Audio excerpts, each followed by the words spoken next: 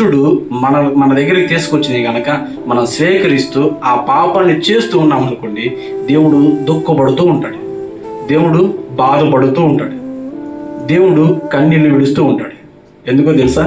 అయ్యో ఇందుకా నా రక్తాన్ని కార్చింది, ఇందుకా నా రక్తాన్ని కార్చింది, నేను రక్షించుకున్న ప్రజలు కదా వీళ్ళు, విమోచించబడిన ప్రజలు కదా వీళ్ళు, నా కొరకు బ్రతుకుతారని ఆశపడ్డానే, చివరికి వీరి వల్ల నా నామం దూషించబడుతుంది అని దేవుడు దుఃఖపడతాడు.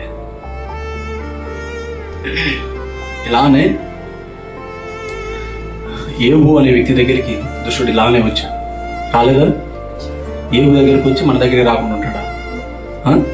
ఏబు దగ్గరికి వచ్చిన ఆ దుష్టుడు మన దగ్గరికి రాడా? మనల్ని పరీక్ష పెట్టడా? మనం ఫోన్ తీయగానే మన పక్కన కూర్చొని చూస్తూ ఉండేవాడు, ఏమేమి చూస్తున్నాడు చూడవాడు.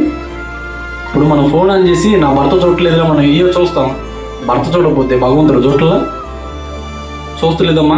అత్త మామ తెలియకపోతే దేవుడికి తెలియదు, అవునా? ఒక్క బిడ్డలు అనుకుంటారు నా తండ్రి చూడలేదులే, నా తల్లి చూడలేదు అంటే దేవుడు చూస్తలేదా? అవన్నీ గమనిస్తలేదా? అవునా?